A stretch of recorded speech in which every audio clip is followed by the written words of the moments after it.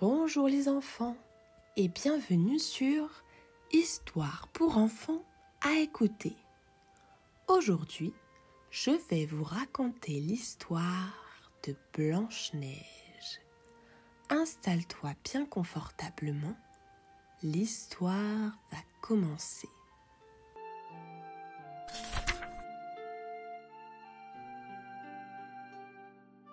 Il était une fois, dans un lointain royaume enneigé, une reine douce et aimée de tous. Un jour d'hiver, alors qu'elle cousait près d'une fenêtre en ébène, elle se piqua le doigt, et 3 gouttes de sang tombèrent sur la neige immaculée. Émerveillée par cette image, elle murmura : « Si seulement j'avais une fille à la peau blanche comme la neige, aux lèvres rouges comme le sang et aux cheveux noirs comme l'ébène. »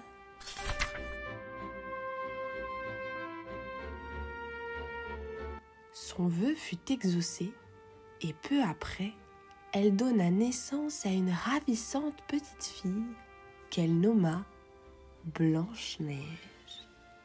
Hélas, la reine tomba malade et quitta ce monde peu après la naissance de sa fille.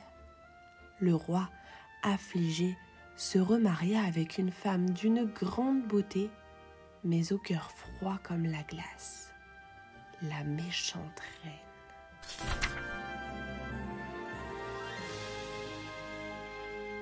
La nouvelle reine possédait un miroir magique, capable de dire la vérité absolue. Chaque jour, elle se contemplait et demandait : « Miroir, mon beau miroir, qui est la plus belle du royaume ?» Et chaque jour, le miroir répondait : « Reine, vous êtes la plus belle. » Mais Blanche-Neige grandissait et sa beauté éclipsait celle de la reine. Un jour, le miroir déclara : « Ô reine, vous êtes belle, mais Blanche-Neige est bien plus belle que vous. » La reine, folle de jalousie, ne pouvait accepter cela. Furieuse, elle fit venir son plus fidèle chasseur et lui ordonna : « Emmène Blanche-Neige au plus profond de la forêt et tue-la !» Le chasseur emmena la jeune fille, mais en voyant son regard innocent, il eut pitié d'elle. « Fuis, Blanche-Neige, et ne reviens jamais au château, sinon la reine te trouvera. » Terrifiée, Blanche-Neige courut dans la forêt sombre.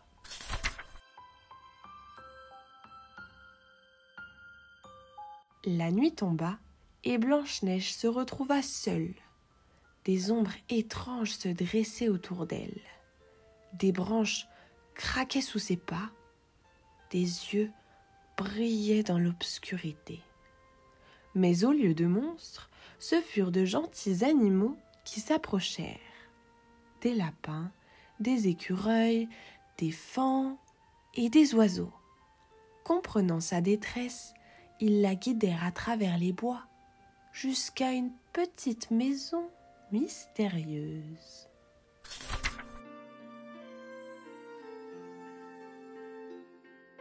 Blanche-Neige entra et découvrit une demeure étrange. 7 petites chaises alignées, 7 petites assiettes sur la table, 7 petits lits. Fatiguée, elle mangea un peu de soupe et s'endormit. Le soir venu, les 7 nains rentrèrent de la mine où ils travaillaient. Ils étaient Prof, le sage du groupe, Grincheux, qui râlait toujours, Joyeux, qui riait tout le temps, Dormeur, toujours fatigué, Timide, qui rougissait souvent, Atchoum, qui éternuait sans cesse, et Simplet, le plus espiègle. En découvrant Blanche-Neige, ils furent surpris mais charmés par sa gentillesse. « Reste avec nous !» proposa Prof.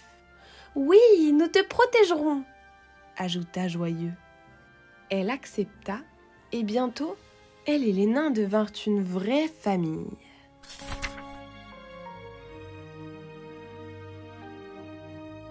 Pendant ce temps, la reine interrogea à nouveau son miroir.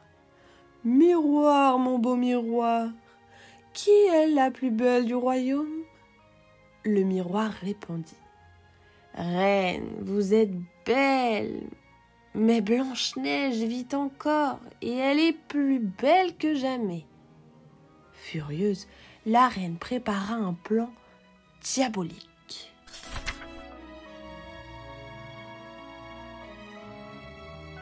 Déguisée en marchande, la reine se rendit à la maison des nains et offrit à Blanche-Neige une belle ceinture en soie.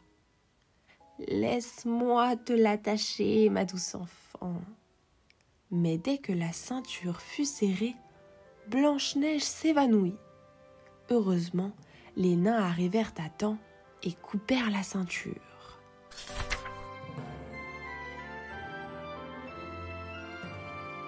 La reine revint sous un autre déguisement et offrit à Blanche-Neige un peigne magnifique.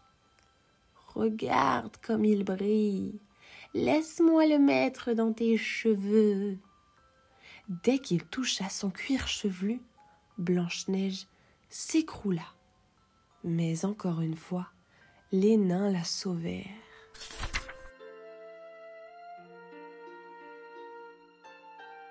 La troisième fois, la reine prépara une pomme empoisonnée. « Croque dedans, ma belle, elle est délicieuse. » Dès qu'elle mordit, Blanche-Neige tomba dans un profond sommeil.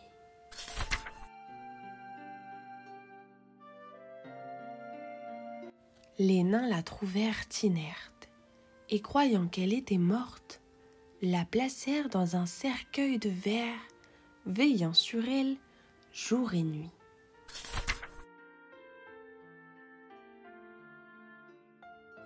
Un jour, un prince voyageur vit Blanche-Neige et tomba sous son charme.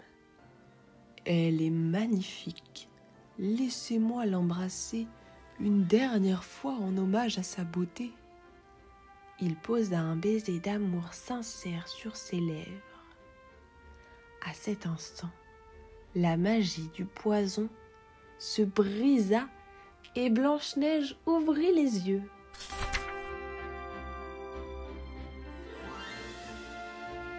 Au château, la reine demanda au miroir.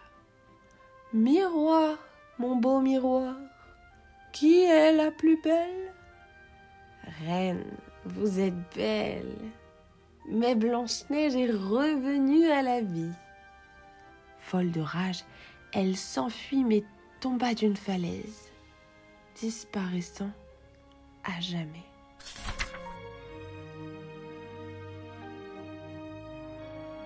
Blanche-Neige et le prince retournèrent au château et se marièrent dans la joie. Les 7 nains restèrent ses amis et venaient souvent lui rendre visite. Et c'est ainsi que Blanche-Neige vécut heureuse et en paix pour toujours.